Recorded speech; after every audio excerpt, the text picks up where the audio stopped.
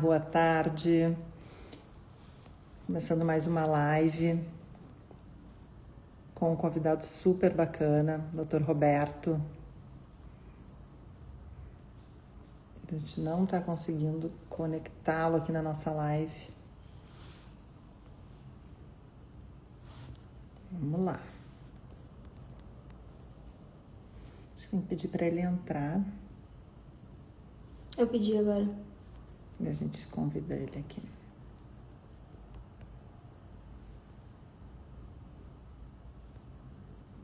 Opa.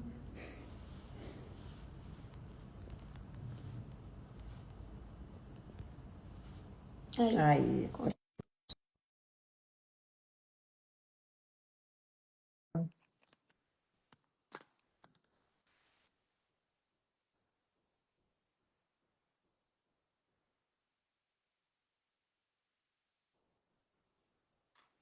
Aí, agora sim.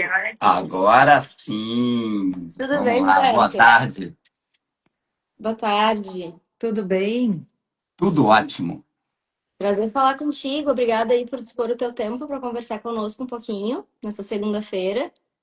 O prazer é mútuo, né? A gente ajuda uns aos outros aqui a entender os problemas que a gente enfrenta. É verdade. Exatamente. Mas para quem ainda não te conhece, Roberto, enfim, a gente gostaria de te apresentar aqui brevemente, né? Tu é contador, empresário, referência nacional em planejamento patrimonial e sucessório. Tem muito conteúdo sobre o tema, assessora muitas famílias. Então, enfim, muito bacana poder trocar uma ideia contigo sobre um tema que a gente considera tão relevante e principalmente com uma expertise tão profunda que tu tem como contador especializado nessas temáticas, né? E já pegando aqui o gancho, a gente queria te ouvir e entender qual que foi assim, o divisor de águas na tua carreira que te levou a te especializar nesse tema de planejamento patrimonial e sucessório. Então, eu sempre trabalhei com pessoa jurídica, né? A gente tem um escritório de contabilidade, a gente trabalhou com empresas. E durante muito tempo, a gente teve muitos clientes. Meu pai, o escritório foi o meu primeiro escritório, trabalhava com meu pai. Hoje eu tenho uma empresa só minha, mas no início era uma empresa que era minha e do meu pai. E meu pai, quando começou a trabalhar, trabalhava muito com os amigos dele. Porque a Uhum. gente é contador e advogado de pessoas que a gente se torna amigos, né? A gente não fica advogado do inimigo. Ninguém que não gosta da gente contrata a gente, né? A gente Uhum. acaba ficando amigo dos clientes, né? Fica tendo uma certa relação, sabendo muito da vida dos clientes, porque advogado e contador, a gente acaba se envolvendo muito com família para poder resolver os problemas. E aí o que que acontece? A grande maioria das pessoas com que o meu pai se relacionava, assim, vou dizer 75, 80%, eram espanhóis, porque meu pai veio da Espanha como imigrante, e a maioria deles ou trabalhava com bar, restaurante ou com hotel. Né, hotelaria, pousada, esse tipo de coisa, né? E aí, a gente acabou lidando muito que o espanhol ele gosta de tijolo, Uhum. igual o português, né? Que acho que é um pouco do que o brasileiro herdou, essa coisa de gostar de comprar imóvel, tem que ter a casa própria, tem que ter o próprio imóvel, vem dessa coisa do português e do espanhol que vieram para o Brasil como imigrantes, os italianos. O imigrante, quando vem, ele quer ter a casa dele, ele quer ter o lugar dele para ele não sair daquele lugar. O que que acontecia? Os espanhóis montavam um restaurante e compravam o local. Montavam um hotel, compravam o prédio. Para quê? Para ele ficar ali e perpetuar aquele trabalho que ele lutou tanto depois de sair do país dele, vir para o Brasil e começar a trabalhar. Com isso, a tendência foi de que eles montavam um segundo, um terceiro, um quarto restaurante e eram donos de três, quatro, cinco, seis imóveis. Só que quando ele criava os filhos, ele falava para o filho: vai ser advogado, vai ser contador, vai ser médico. Não falava vai ser dono de restaurante. Uhum. Então, quando ele chegava numa certa idade, que ele falava, estou querendo começar a parar, ele começava a vender os restaurantes, mas não vendia os prédios onde os restaurantes estavam. E a gente começou a preparar essas estruturas patrimoniais com os imóveis para permitir que esse patrimônio se perpetuasse para os filhos, independente da operação dos restaurantes, dos hotéis e das coisas. E aí a gente aprendeu a lidar com a parte patrimonial, com o que a gente chama de holdings patrimoniais imobiliárias, né? Uhum. Uma administradora de bens próprios, uma administradora de imóveis, que veio dessa herança. E aí a gente acabou com várias dessas empresas entendendo como é que se tributava isso, porque a gente acabou por objetivo cuidando dessas pessoas e tendo que passar por esse aprendizado. E aí vem uma segunda etapa, que essas pessoas começam a morrer e o inventário fica extremamente alto, caríssimo. Não era tão alto até uns anos atrás, que o meu escritório está no Rio de Janeiro e o estado do Rio, naquela época, cobrava o imposto de heranças muito baixo, né? Era uma tabela que ia até no máximo 4% e os valores eram baixos. Então, como aquele patrimônio que estava dentro daquelas empresas era muito antigo, aquele pai já vinha com aquilo de muitos anos, aquelas passagens para os herdeiros pelo patrimônio da empresa não era alta. Isso até antes da pandemia. Sim. 2016, 17, 18. Quando veio a pandemia, foi quando começou um movimento muito forte disso, que foi muito movimentado por causa do famoso Márcio Carvalho de Sá, time Holding Brasil, que Uhum. movimentou o mercado de holdings. Eu acho que isso é um grande mérito do Márcio Carvalho de Sá de ter sido o precursor desse movimento. E a partir daquele movimento do time Holding Brasil, eu acho que o mercado criou uma awareness, né? Como é que se chama isso em português? Uma consciência. Uma consciência de que aquilo ali, ninguém tinha consciência daquele problema. E ele divulgou tanto marketing daquilo que eu acho que o público começou a fazer uma consciência de que aquilo era um problema. Aí eu entrei para o time Holding Brasil, fui fazer o curso com o Márcio e aprendi lá o tal do sistema de 3 células. E quando eu vi aquilo, eu como contador, aquilo não entrou. Sim. Aqueles passos não funcionam dentro da contabilidade. E aí eu resolvi dar aula para o pessoal para ensinar o que funciona contabilmente na holding. E aí eu montei um curso de planejamento patrimonial, sucessório e tributário, aonde eu tentava mostrar, esse curso ainda existe, onde eu tento nesse curso mostrar como é que contabilmente esse troço para de pé. Não funciona fazendo mirabolâncias e pegar uma pessoa que só tem uma casa de 300 mil reais e querer montar 3 empresas, entendeu? Sim, o Então, que tem assim, de passivo de ágio por aí, eu não tenho eu dúvidas. não tenho discussão, não quero nem pensar se isso der problema. Porque existe, eu falo muito isso para as pessoas, tá? Eu não estou dizendo que isso vai dar problema ou que isso tem certeza que isso vai dar problema. Eu não trabalho no governo, tá? Exatamente. Mas eu sou positivista. Como contador, eu não posso negar o positivismo da lei. Como Exato. contador, eu meramente interpreto leis e tiro as possíveis elisões que a gente consiga fazer dentro dessa lei. Mas eu não consigo dizer, não, se vier multando, eu vou recorrer, eu vou brigar. Eu não sou advogado tributarista para brigar. Então, Uhum. na minha concepção, eu procuro fazer uma coisa que o meu cliente esteja seguro. E hoje eu tenho vários advogados parceiros que me procuram para trabalhar fazendo essa parceria, para fazer a parte contábil. E aí, se eles quiserem brigar, maravilha, é com vocês.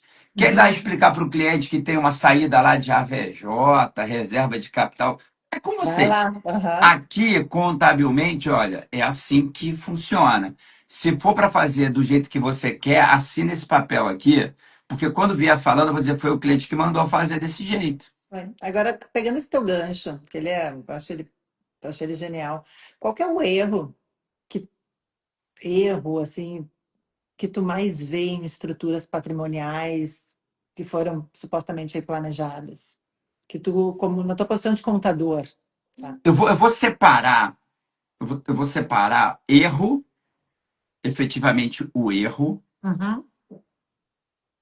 das possíveis elisões. Uhum, com Porque certeza. esse sistema de AVJ e reserva de capital, eu entendo que existe uma chance de dar certo. Desde Tá? que a Receita resolva não brigar com isso e não cair para cima disso, o que passou vai passar, tá? Uhum. Porque funcionou, já foi feito, tá lá. E se ninguém for fiscalizar e autuar, aquilo lá vai ficar de pé. Mas tem coisas que são efetivamente erradas e que não dão certo, não tem jeito, isso aí desse jeito não vai funcionar. Uhum. Que é o advogado e o contador que não entende de direito societário. Perfeito. Uhum. E aí ele faz cláusulas mal feitas.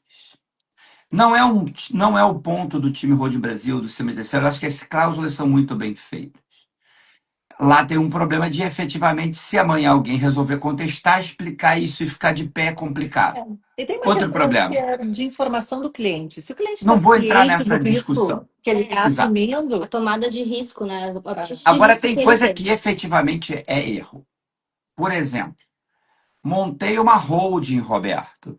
Já sou sócio e meus 3 filhos têm cada um 1%.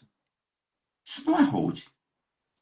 Tá? Você montou uma administradora de bens e botou seus filhos com 1% cada um. Se você morrer, os seus 98, 97, Vamos 96, inventar. ou o que for, vai para o inventário. Você não resolveu a sucessão. Então, a primeira coisa que eu acho que a gente tem que falar quando a gente define aqui, vamos falar de erros, o primeiro erro é achar que tudo é holding.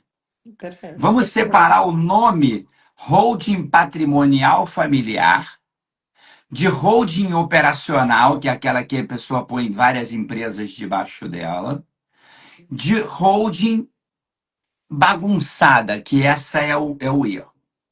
Então a gente tem a holding patrimonial familiar, aonde a gente tem uma holding que resolveu a sucessão, que trabalhou todo o patrimônio daquela família, que é uma família que já está sedimentada. Aquele patrimônio tem uma tendência pequena de aumentar, porque se o patrimônio for de uma família jovem que tem muito para aumentar, a complicação aqui é muito grande, precisa ser muito bem entendida pelos sócios, pelos patriarcas, que vão ficar ampliando esse patrimônio. Eles precisam ter uma solução muito bem montada Uma para o solução caso contínua. específico deles. Uhum. Quando a gente fala de holding operacional, a gente fala, por exemplo, de uma família que tem 10 restaurantes. Eu tenho um caso de um cliente que tem 9 restaurantes e todos eles estão debaixo de um guarda-chuva e todos eles estão ali sendo operacionalizados como filiais. E a facilidade dessa operação permite que eu troque empregados de um restaurante para o outro, que eu utilize mercadoria de um restaurante no outro, porque eu consigo transferir entre filiais. Eu posso comprar por um ponto central, que pode ser inclusive uma filial de como uma central de compras, onde eu distribuo just in time para cada restaurante o que vai precisar usar. Então, eu tenho uma organização dentro de uma holding operacional que ajuda a governança deste patrimônio, facilita a gestão, melhora as possibilidades de, no momento de herança, um patriarca definir quem é seu sucessor operacional. Então, a gente tem uma operacional aqui. A gente tem aqui uma holding patrimonial familiar que toma conta do patrimônio imobiliário, que às vezes o patriarca, por exemplo, vai pegar um filho que não está na operacional, mas que ajuda ele, que gosta da compra, que gosta de ir comprar imóvel de leilão e que vai fazer cuidar deste outro lado. Olha o tamanho do que eu acabei de falar. Nós não Uhum. estamos falando de montar uma holding para quem tem um apartamento Uhum. e uma casa de praia. Montar estruturas patrimoniais para quem tem um apartamento e uma casa de praia não faz muito sentido. Existem soluções melhores. Nem que seja um seguro de vida para bancar a estrutura. Perfeito. É uma Exatamente. possibilidade. Um testamento bem feito, um seguro de vida estruturado, com cobertura que cubra todos os custos dessa estruturação e do processo de inventário. Tem um lado que pode funcionar. Ele não resolve o problema de amanhã ter brigas judiciais, mas a holding também não. Uhum. Eu já vi casos de holding que aí entra o grande lance, né, Bianca, que a gente tem, que é a briga que pode acontecer durante o processo, ela pode acontecer mesmo com a holding montada. Com certeza. Então, dizer que a holding vai eliminar essa briga é falácia, não vai. O que eu acho que a holding ela traz, porque muitas vezes a gente olha apenas para a sucessão do patrimônio e não pensa na sucessão da gestão. Na Então, governança. na governança, perfeito. Então, assim, tu utilizar a holding como instrumento de alinhamento de governança, aí sim a gente pode estar realmente falando de. Eu não vou Ah, eliminar conflitos se as pessoas não se entenderem, mas eu vou criar mecanismos de não, e você vai desempate. facilitar que você atravesse essa briga sem que haja uma disruptura muito grande na família. Por exemplo, uma holding montada com uma governança estruturada, com definições, Você pode até ir para a justiça, mas aquele patrimônio não parou de gerar de receita, não deixou de Exatamente. sustentar as pessoas envolvidas, não deixou de manter aquela coisa funcionando, porque aquela empresa ela é um órgão vivo, ela funciona, ela pulsa no dia a dia.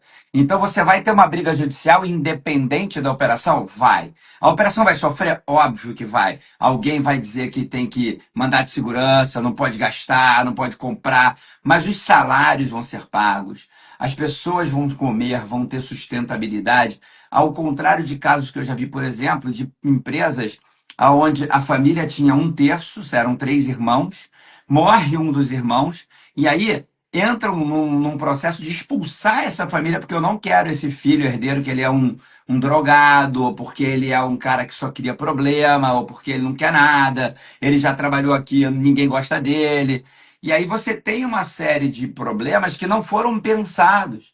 Não existe um instrumento de como aquela família vai sair daquilo com o patrimônio avaliado a valor de mercado e não por um valor irrisório, que pode amanhã colocar essa família numa situação de penúria. Uhum. Então, a estruturação da live, da holding, ela traz com certeza absoluta vantagens, não tenho dúvida. Inclusive para aquela família que só tem uma casinha de praia e um apartamento. Eventualmente, para isso ela vai funcionar. Para a governança até da Casa da Praia, ela é útil, né? Ela é A útil. grande questão que eu acho que tu trouxe um elemento interessante é a estruturação vinda a partir de profissionais que entendem de direito societário, porque tu poder sair das regras só de direito de família e ir para as regras de direito societário, que tu tem mais flexibilidade, desde que elas sejam positivadas, é um jogo bem vencedor, né? Então, tu Exato. poder usar isso a teu favor, desde que planejado, e muitas vezes o que a gente vê aqui é que a figura dos patriarcas ela é muito importante nesse processo, né? Então, enquanto eles estão aqui e poderem estabelecer essas regras, a família tem de muito a ganhar, né? Porque, Muito. E eu acho interessante, porque você está entrando num mérito que é interessantíssimo. Estudar direito societário, e hoje, na minha opinião, o professor de direito societário que mais se destaca no mercado é o Pablo Arruda, lá com os seus cursos do PPS, né? Eu acho ele fantástico, acompanho parcerias, a gente faz coisas juntos e tal. E acho que ele, eu para sou ensinar. mentorada dele. O Thiago, que entrou aqui também há pouco, é mentorado O Thiago dele. está comigo na nossa mentoria com o ARREG também. Uhum. Eu acho que o Pablo ele é o expoente no direito societário para ensinar direito societário e acho que os advogados que estão ouvindo a gente hoje, que tiverem meio perdidos, entendam, o direito societário, sem saber direito societário, não dá para você estar nesse jogo. Esse É. jogo é um jogo de direito societário. Eu trabalho com direito societário desde que eu comecei no escritório de contabilidade. A gente faz alterações contratuais e briga de sócio é o que mais acontece em empresa. Então, a gente vem participando de discussões e brigas e como fazer, como resolver e junto com advogados de societário sentado na mesa para resolver o contador com o advogado societário, como é que a gente vai resolver? E a gente tem mirabolantes soluções fora da caixa para um monte de Uhum. situações que a gente vem aprendendo ao longo desses 40 anos, fazendo esse trabalho de contabilidade, assessorando esse lado de discussões É. societárias, E esse é um que ponto, culminou com esse negócio da holding nos últimos anos. aproveitando esse ponto, como é que tu vê a atuação conjunta de contadores e advogados? Porque a gente tem, às vezes, muito viés de que são profissionais que competem. Eu, na minha visão, são profissionais que trabalham juntos, né? Tem muito a agregar dentro de projetos societários, de planejamento, de briga de sócios. Como é que a tua... Queria saber a tua visão de como é que é a atuação de contadores e advogados. Eu estou em vários. Eu faço todos os cursos de holding do mercado porque é um método para eu fazer parceria com advogados, né? Trago Uhum. clientela para mim por aí, né? Legal. Vários advogados me procuram para ser contador porque entendem que eu entendo. E Uhum. entendem que eu entendo porque eu estou no mesmo curso que ele está. Então, assim, a gente está discutindo os mesmos temas, eu respondo muito nos grupos. Se você está no grupo do Pablo lá, você vai ver que eu, no EPS, e no EFI, eu respondo muitas dúvidas das Eu pessoas estou por nos lá, grupos. Aham. porque assim eu aprendo também, né? Uhum. Então, assim, o que eu acho que falta? Nesses grupos tem muito pouco contador. Num grupo como o EFI, por exemplo, que é um grupo de direito empresarial, um curso de direito empresarial, tem, sei lá, três contadores. No A a Z lá do Pablo tem pouquíssimos. Lá no time Hoje Brasil, que tinha 5 mil advogados, tinha, sei lá, 15 contadores. E tu tem um oceano azul, é interessante. Então, o problema sabe qual é? É que esse oceano azul ele está muito manchado de tubarões. Porque tem um monte de gente. O Brasil, e isso é uma coisa interessante, o Brasil tem 1 milhão e 800 mil advogados, menos 700 mil advogados, mas só tem 500 mil contadores. E o problema é que dos 500 mil contadores, o 90% não faz contabilidade. Roberto, como assim o contador não faz contabilidade? Então, tem uma brecha na lei das limitadas, na lei do simples, quando ele começou em 1984, tinha uma brecha que dizia que a empresa do simples não precisava de contabilidade. Aí, os contadores foram se especializando em fazer contabilidade de empresa do simples e nunca fizeram, e pararam de fazer livros. Falava, não, o livro contábil é o próprio caixa do Uhum, empresário.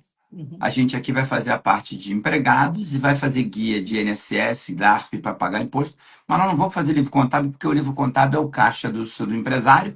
E por que, que os contadores chegaram nesse ponto? Porque os empresários queriam sonegar e não queriam declarar, e o contador falou: não vou assinar um balanço porque está tudo errado.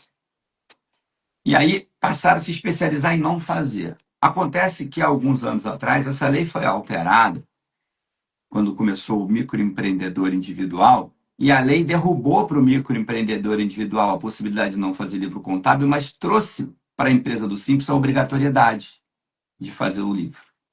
Então, hoje, o Código Civil de 2002 obriga a contabilidade a existir. Se ela não existir, você não vai ter como provar o seu ponto de vista. E você, se tiver uma ação qualquer que seja na esfera civil, você já perdeu porque você não tem livro para comprovar. Tem que ter contabilidade regular, está na lei, está no Código Civil. E a lei do Simples tirou da empresa simples essa prerrogativa, manteve apenas para o microempreendedor individual. Só que os contadores continuaram não fazendo livros. Então eu hoje vejo aberrações como empresas no lucro presumido que não têm livros contábeis. E eu te digo isso porque eu recebo a contabilidade da empresa e falo, cadê o livro? Não, é lucro presumido, não é obrigado a ter. Ela pode apresentar só o livro caixa. Pode para a Receita, para a justiça como um todo, para todo o resto, não pode. E tem uma Então, questão de assim, dividendos aí também, que se eu quiser distribuir acima do lucro tributável, eu preciso ter as tem minhas uma demonstrações série de outras contábeis, né? questões, né? Discussões de sócios, briga entre sócios, problemas que você tenha com terceiros, com fornecedores. Como é que você vai explicar? Como é que você vai provar o que você pagou, o que você não recebeu? Ah, não, tem que ter o boleto, né? Se o boleto não está contabilizado, esse boleto se perde no tempo. Ninguém vai ficar 5 anos guardando o boleto, né?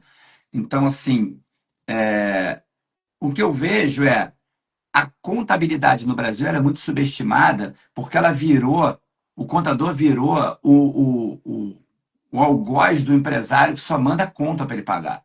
Uhum. O contador virou aquele cara que só traz notícia ruim, né? Imposto para pagar, problema para resolver, um novo formulário que eu tenho que fazer, eu tenho que fazer levantamento de estoque, eu tenho que fazer. Eu só ligo para o meu cliente para dar notícia ruim. Eu não ligo para ele para dizer assim, pô, você ganhou alguma coisa. Nada, nunca. O contador não tem um momento como o que o advogado tem, tipo, ganhamos aquela ação, toma dinheiro. O contador não tem isso. Sim. A gente, quando consegue alguma coisa desse gênero, é em parceria com o advogado, fazendo um processo administrativo de recuperação de créditos, alguma coisa. Porque o contador sozinho, ele não tem essa prerrogativa de trazer boas notícias, né? Então, o que eu vejo com relação a essa parceria advogado e contador é advogados entendam que um contador pode resolver muitos dos problemas que você tem. E os contadores precisam entender o poder que ele tem na mão de ser o solucionador desses problemas. Uhum. Vamos usar um para vocês terem uma ideia. Estruturação de holdings. O advogado prepara todos os contratos, faz tudo, registra tudo, e me manda tudo pronto e fala assim: toma, tá pronto, pode fazer a contabilidade. Aí eu vou fazer a contabilidade, o advogado pegou todos os imóveis do cliente, escreveu lá na cláusula que esses imóveis estão sendo aportados para ficar no estoque. Eu vou pegar eles, ele vai entrar no estoque e vai sair do estoque no final do ano. Deu 12 meses, eu vou tirar ele do estoque. Porque o imóvel que não está à venda, passou de 12 meses e não foi vendido, ele não pode estar no estoque. Ele tem que ir para o não circulante. Ele não está circulando. Estoque fica no circulante. É onde as coisas circulam. Se ela não circula, ela não pode estar no estoque. Se o imóvel não está à venda, ele pode até não ter circulado porque ninguém quis comprar, mas ele tem que estar à venda. Se Uhum, ele não tiver à venda, ele não pode estar no circulante. uhum, Não é um imóvel à venda, é um imóvel de investimento para longo prazo. Ele está aqui para rentabilizar, então ele vai para o não circulante em investimentos de longo prazo. Ah, mas não pode ficar no investimento de curto prazo no circulante? Se ele tiver à venda, pode. Mas se ele não tiver à venda, ele tem que ir para o não circulante. Se ele ficar 3, 4, 5, 6 anos na empresa, ele tem que ir para o não circulante. Se ele é o imóvel da sede da empresa, ele obrigatoriamente tem que ir para o não circulante por força de regulamento. uhum. Aí, quem não entende tem que ler os CPCs, que são os Comitês de Pronunciamento Contábil, que explicam aonde os imóveis devem ser, onde os investimentos devem ser lançados, imóveis incluídos entre esses investimentos. E lá tem, inclusive, explicando o que é a VJ, né, como ela funciona, Sim. como é que você faz reservas de capital, o que você pode fazer com, por exemplo, uma coisa que se fala pouco na área de vocês, mais Brasil, mas se fala muito em offshore, que é o resultados abrangentes, né? Outros resultados abrangentes, que o pessoal quer ficar botando tudo que tem nas offshores em resultado abrangente para não pagar o lucro anual. Isso não é permitido, isso está lá no CPC, que explica o que são resultados abrangentes. Então, desde que você enquadre os resultados abrangentes dentro do que está escrito no CPC, você pode usar. Fora isso, você não pode usar. Por que não? Porque está lá na regra da lei. Então, a gente, como contador, pode dar muito suporte aos advogados para resolver uma série de problemas que, se vocês não tiverem esse suporte, podem atropelar. Então, eu fiz uma live semana passada para a Ana Carolina Tedou, de Outra Fofa. Beijo, Ana Carolina.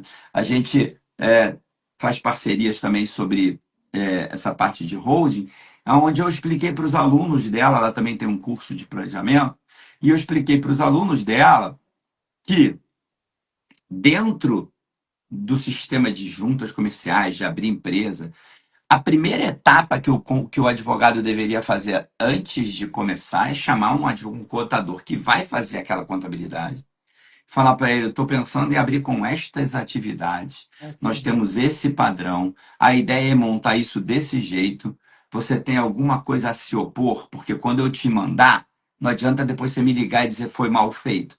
Fala agora. Aí Uhum. você monta o contrato social e estrutura aquela empresa, aquela holding, sabendo que o contador que vai fazer a contabilidade está de acordo. Isso é o mínimo que deveria acontecer. Perfeito, muito bem colocado, Roberto. Acho que é. Roberto, para mim é muito óbvio e claro assim a parceria existente entre os profissionais. Eu acho que é uma via de mão dupla. Os projetos eles ficam muito mais completos quando a gente tem um alinhamento com os contadores e principalmente quando o contador tem essa visão proativa, né? Quando ele traz os elementos e não simplesmente quando ele é um fazedor de lançamento, né? Assim, ajudar a pensar nas consequências, quando conhece profundamente os CPCs, realmente dá muito mais segurança quando a gente trabalha a quatro mãos com profissionais que entendem as implicações fiscais, contábeis, e eu acho que o cliente ganha muito com isso, né? Mas a gente queria agradecer a tua disponibilidade, o teu tempo de trocar essa ideia com a gente aqui na nossa live B de Business. A ideia é sempre conversar com profissionais, enfim, que são expoentes aí nas suas áreas de atuação, profissionais que a gente respeita. Então, foi muito legal tu aceitar o nosso convite, a nossa troca aqui hoje. Excelente Sempre conversa, que Roberto. precisar, sempre precisar, é só me chamar, tá bom? Estou à tua Perfeito. Muito disposição. obrigada. Um abraço, Obrigado a Roberto. Uma boa vocês. semana. Tchau, Tchau, tchau. tchau. Você também. Tchau, tchau.